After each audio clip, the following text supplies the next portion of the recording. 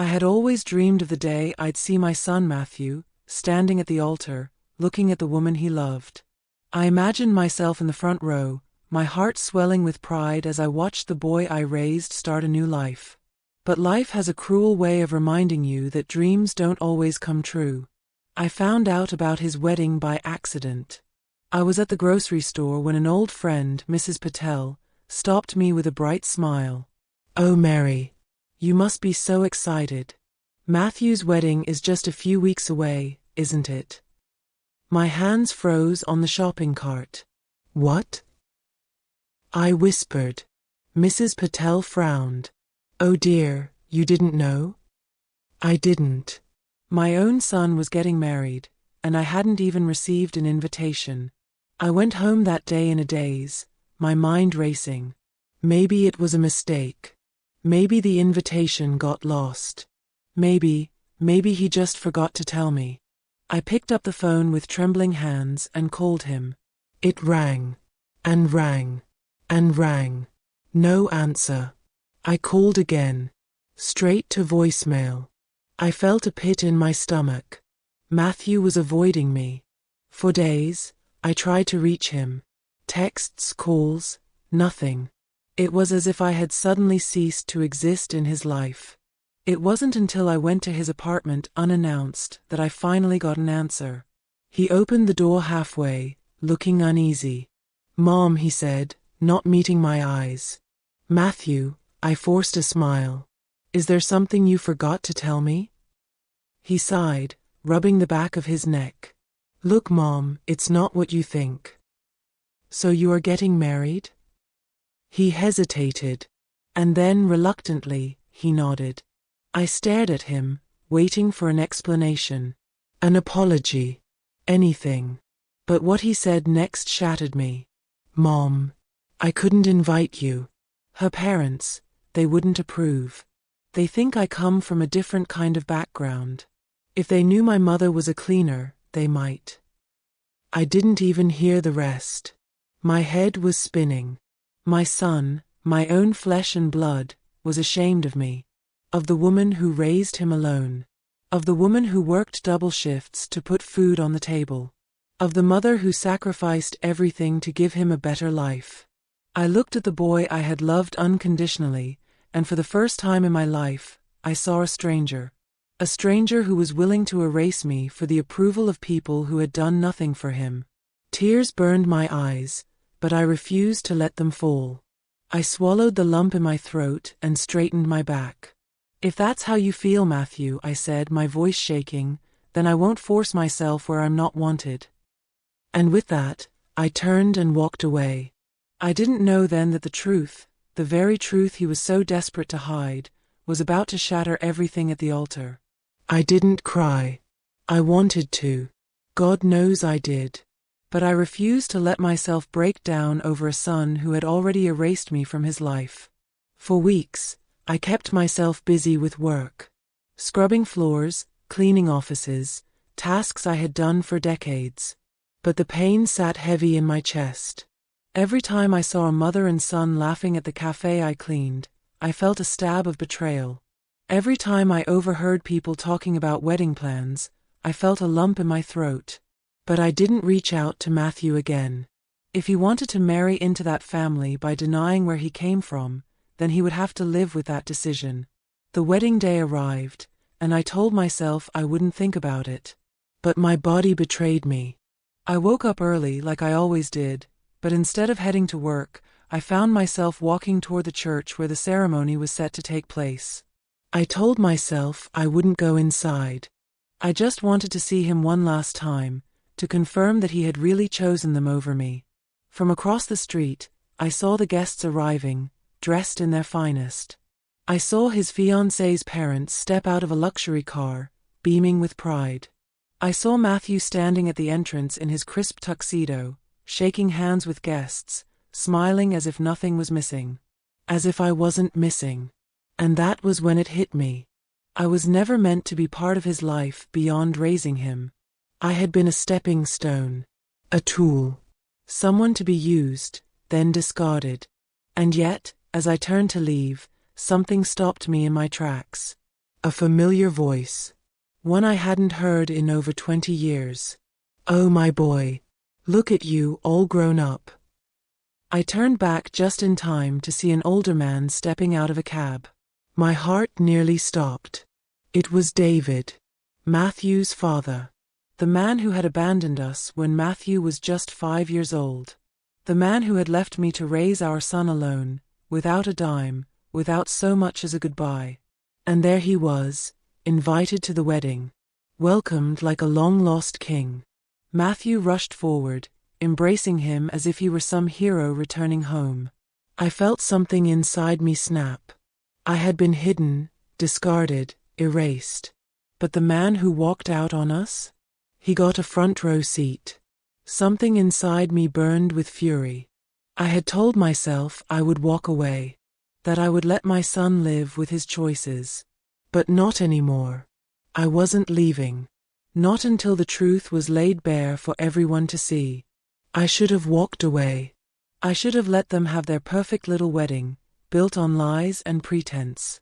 But seeing David there, laughing with our son, being embraced like some long-lost father, ignited something deep inside me. He had left us. Abandoned us. Never paid a dime in child support. Never called, never checked if Matthew had food to eat or a roof over his head. And now he was standing there, acting like he had raised him? I refused to be erased. So I did something I never thought I would do. I crossed the street. I walked right up to the church entrance, past all the finely dressed guests. Some gave me odd looks, but I didn't care.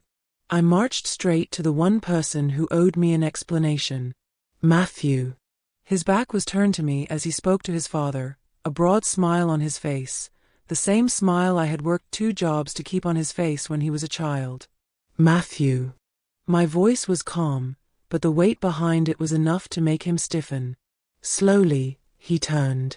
The second his eyes landed on me, the color drained from his face. "Mom?" His voice barely registered above a whisper. For the first time, I saw shame in his eyes. But I wasn't interested in whatever excuse he had prepared. I turned to David instead. "You have some nerve showing up here," I said, my voice steady. David smirked. Smirked. Like this was some kind of joke to him. "Come on now," he said, glancing at Matthew. "No need to bring up the past. I'm just here to support my son."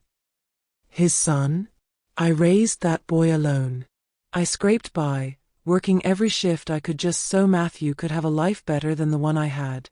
And this man, this stranger, had the audacity to stand here and claim him now? I turned back to Matthew, who was now looking around nervously, as if afraid someone might see us talking. Of course. His in-laws. They must have been watching, and Matthew knew it. That's why he hadn't invited me. I wasn't the mother who sacrificed everything for him. I was just a humiliation to be hidden away. I clenched my fists, my breath coming out in sharp bursts. I was done being silent. "You didn't invite me," I said, keeping my voice low. "But you invited him?" I gestured at David, who was still standing there as if he belonged.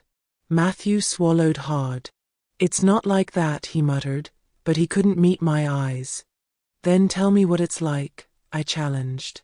"Because I spent my entire life making sure you had food, a home, an education, while this man left us with nothing.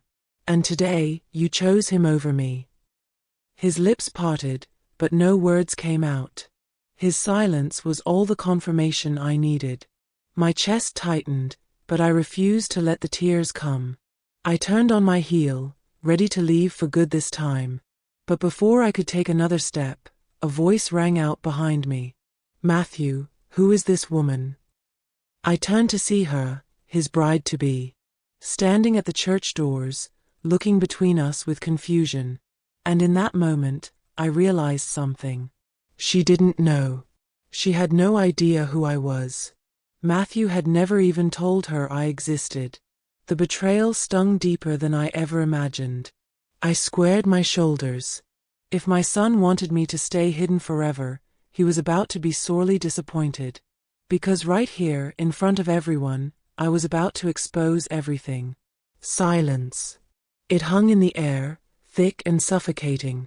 Matthew's fiancée, the woman he was about to marry, stood frozen at the church entrance, her perfectly styled hair unmoving in the soft breeze. She had just asked him who I was.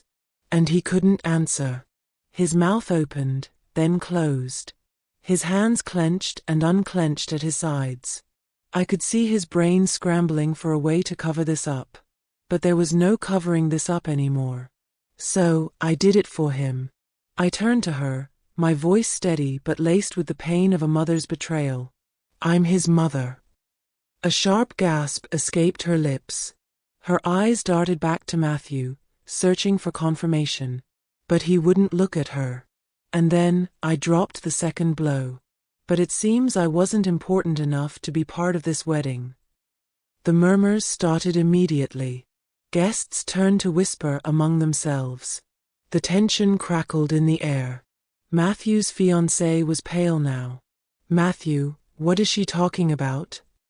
Her voice was unsteady, her hands clutching the folds of her expensive gown. His jaw tightened, and I could see the fury in his eyes, not at himself for doing this, but at me for ruining his perfect day. But I wasn't done yet. Because this wasn't just about me. It was about the truth. The truth about his father. The truth about what Matthew had done. The truth about how he had erased me from his life like I was nothing. So I turned to her again, letting my next words cut through the charade. You didn't know, did you? I asked. You had no idea that your fiancé grew up being raised by a single mother. That the man standing next to him, I jabbed a finger at David, who was now shifting uncomfortably, is not the father who raised him but the man who abandoned us both. More whispers. His fiancée staggered backward. Matthew finally snapped. Mom? Stop. His voice was sharp, pleading, but also filled with undeniable fear. And that fear told me everything. He was hiding something more. I wasn't even close to the full truth yet. But I was about to find out. Because his fiancée, now trembling, had heard enough. She took a slow step forward, her voice barely above a whisper. Matthew, is this true? Her question was simple. His hesitation? Devastating. The man she was about to marry, the man she thought she knew, stood there, caught in a lie so deep he couldn't escape it. And for the first time, I saw it. A crack in the perfect mask my son had spent years crafting. This wasn't just about a wedding. This was about the foundation of lies he had built his entire life upon. And today, in front of everyone, it was all coming down. Matthew's silence was louder than any confession. His fiancée stood there, trembling, waiting for him to deny it, to tell her that I was lying. But he didn't. And that was all the confirmation she needed. The guests whispered, some pulling out their phones, recording the scandal unfolding before their eyes. Her parents, who had been seated proudly in the front row, now looked horrified. Her father, a man who clearly took pride in wealth and appearances, rose slowly from his chair, his expression dark. Matthew, he said, voice cold and clipped. What is she talking about? What is this nonsense about a single mother? About a father who abandoned you? Matthew finally found his voice, but it came out shaky, defensive. It's not what it looks like. I laughed. Not because anything was funny, but because of the audacity. Not what it looks like? I repeated, my voice calm but sharp. Then tell them, Matthew. Tell them who raised you. Tell them who worked themselves to the bone so you could go to college. Tell them how you erased me from your life the second you thought I didn't fit into the new image you wanted. His fiancée's breath hitched. Oh my God, she whispered. Her mother, a poised woman in an elegant dress, narrowed her eyes. Matthew, are you telling me you lied about your background? Mom, I didn't lie, Matthew snapped at me, his voice desperate now. I didn't tell them everything. His fiancée let out a shaky laugh, but there was no humor in it. You didn't tell me everything? She repeated. Matthew, I asked you about your parents 100 times. And every time you told me the same thing, that your father was a businessman who traveled a lot and that your mother, she turned to me now, and I saw anger replacing the shock in her eyes. You told me your mother died when you were a child. The words hit me like a physical blow. Dead? My son, the child I raised, the child I sacrificed everything for, had told people I was dead? A collective gasp echoed through the church. I staggered back. My heart clenched in my chest. I thought I had prepared for this. I thought nothing could shock me after he had hidden me from his wedding. But this? This was beyond betrayal. The man I had raised, the boy who once held my hand when crossing the street, who once whispered, I love you, Mom, before bedtime, he had erased me from his life so completely that he had buried me in his lies. Matthew looked panicked now. He turned to his fiancée, reaching for her, but she recoiled. Wait, baby, just listen. No, she snapped. I don't even know who you are. Her father took a step forward, seething. Do you realize what you've done? He hissed. You lied to us about your entire identity. You made us believe we were marrying our daughter into a respectable family. But you. He turned to me now, his expression unreadable. And you, madam, is it true? Were you really the one who raised him? I lifted my chin, steadying myself. I was his only parent, I said, my voice clear and unwavering. I raised him alone after his father abandoned us. I worked 2 jobs to send him to school. I was there for every fever, every scraped knee, every moment of his life. And then one day, he decided I wasn't good enough anymore. Matthew's fiancée let out a sharp breath. Her mother placed a protective hand on her daughter's arm, her lips pressed into a thin line. We will not be part of this farce. Then she turned to me. I am so sorry, she said softly. No mother deserves this. Her words were kind, but they didn't dull the pain. Because no matter what happened next, my son had already made his choice. And now? He was about to face the consequences. Matthew stood frozen, his world unraveling before an audience of hundreds. His fiancée's father, a man of wealth, influence, and pride, was glaring at him with a mixture of disgust and disappointment. His fiancée? She looked at him like he was a stranger. And me? I wasn't hurt anymore. No, I was furious. Matthew had lied about me, erased me, buried me. And now, the weight of his choices was coming down on him like an avalanche he couldn't outrun. His fiancée slowly pulled off her engagement ring. I can't marry you, she whispered. Matthew's face fell apart. No, baby. Please. I love you, this doesn't change anything. She stared at him. Doesn't change anything? Her voice shook. You built our entire relationship on a lie. You let me believe something that wasn't true about the very foundation of your life. And what happens when we have children?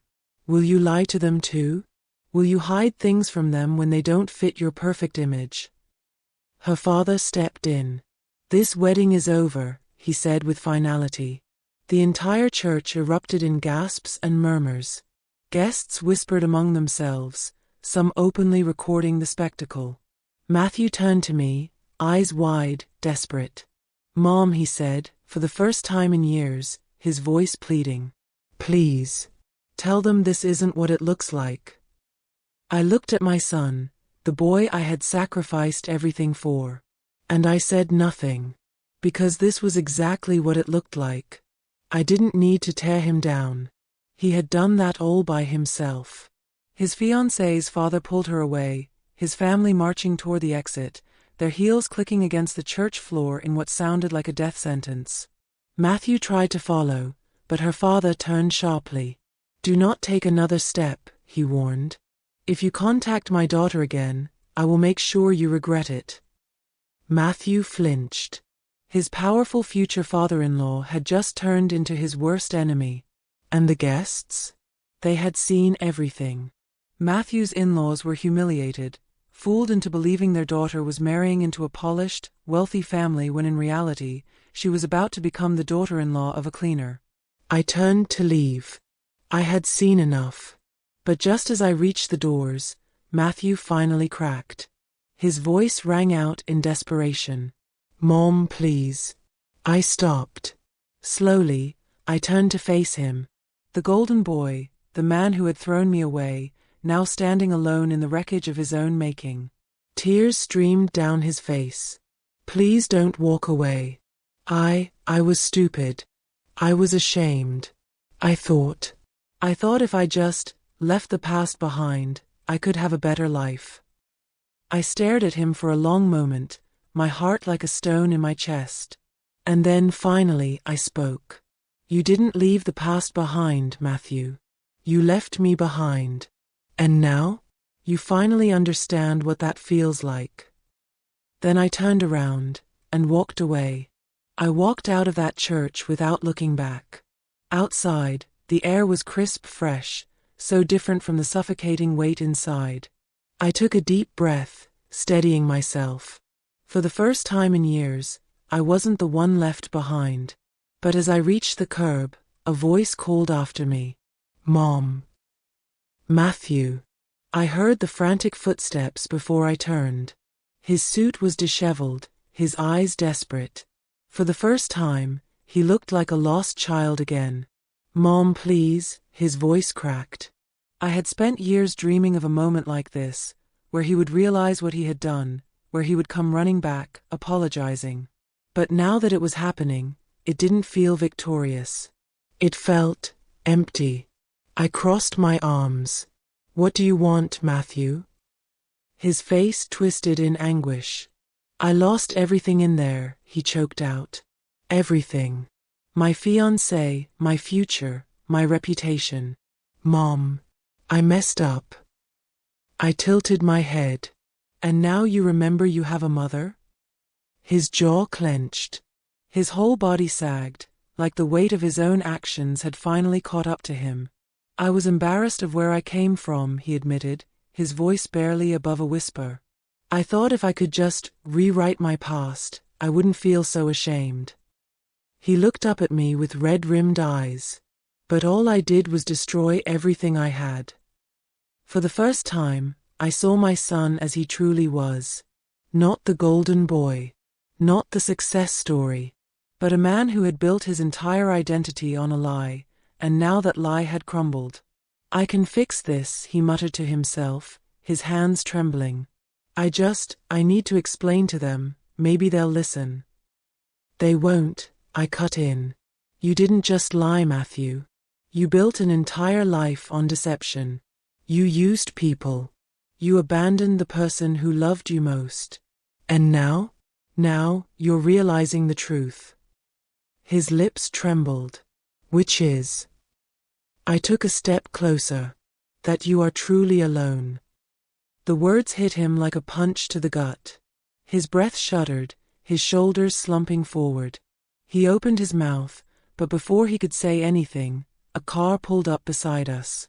The tinted window rolled down, revealing none other than his ex-fiancée's father. "Get in, Matthew," the man ordered, his voice sharp. Matthew hesitated, looking at me, as if I could save him from this. But I stayed silent. With no other choice, he climbed into the car. The door slammed shut, and just like that, he was gone. I stood there for a long time, staring at the empty street. Even though I had gotten the truth, even though I had seen karma do its work, why did my chest feel so hollow? Maybe because, deep down, he was still my son. But some mistakes couldn't be undone. And Matthew was about to learn that the hard way. For the next few days, I avoided the chaos. I turned off my phone, ignored the flood of messages. I refused to let Matthew's disaster consume me. For years, I had let him dictate my worth. Not anymore. But on the fourth day, my silence was broken. A loud knock rattled my front door. Urgent. Desperate. I didn't have to guess. I already knew. When I opened it, Matthew stood there. But he wasn't the polished man he once was. His suit was gone, replaced with wrinkled, stained clothes. His hair was a mess, his face hollowed by exhaustion. "Mom, I have nowhere else to go." I should have felt satisfaction. He had torn me down for years, and now the world had done the same to him. Instead, I felt nothing. I crossed my arms. "What happened to your fancy life?" He swallowed hard. "Her family," his voice broke. "They're suing me." I raised an eyebrow. "Suing?" His hands curled into fists. "For fraud. For deceiving them. They're saying I used their daughter, manipulated her into thinking I came for money. I could lose everything, Mom." My stomach twisted. It was worse than I thought. Matthew hadn't just been rejected, he was being erased.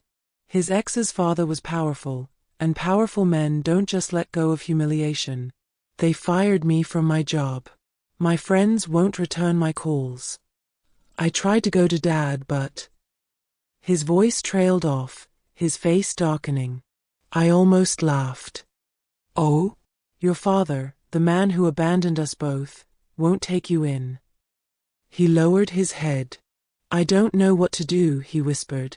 For years, I had waited for him to feel even a fraction of the pain he had caused me. But now, standing before me, helpless, exposed, ruined, I realized something. I didn't hate him anymore. I wasn't going to comfort him. I wasn't going to forgive him. But I was done letting his betrayal consume me. I sighed. "You need a lawyer." His head snapped up, hope flickering in his eyes. "But that's not my problem, Matthew."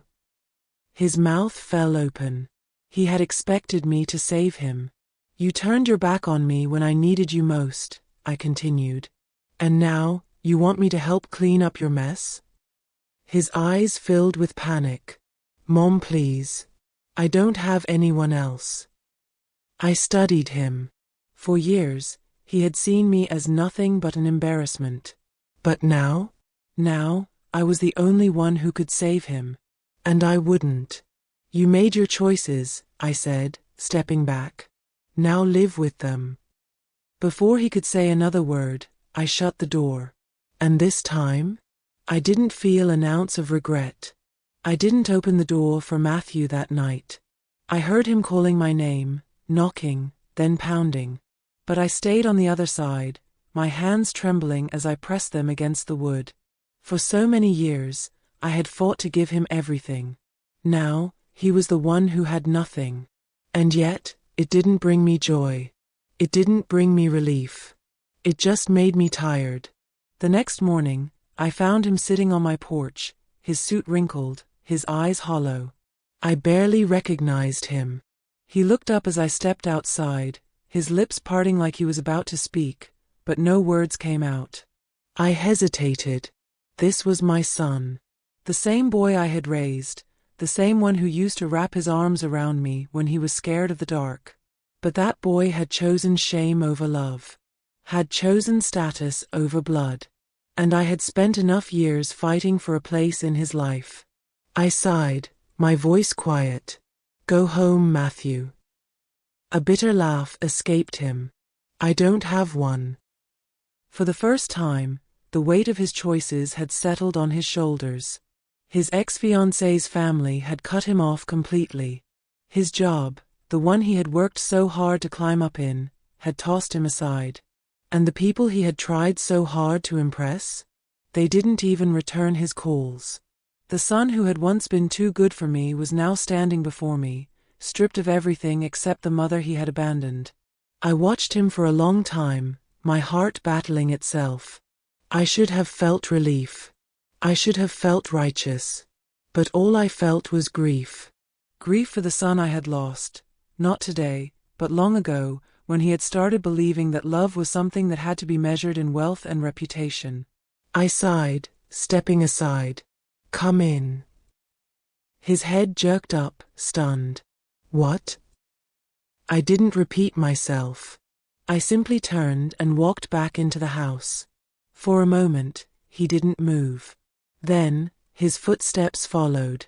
Matthew sat at the kitchen table, the same one where I had once helped him with his homework, patched up his scraped knees, and dreamed of the man he would become. Now, he looked like a child again. Lost. Afraid. He cleared his throat. Mom, I held up my hand. Just eat. I set a plate in front of him.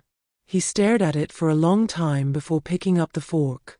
For the first time in years, my son was under my roof again. And for the first time in years, he wasn't pretending to be someone he wasn't.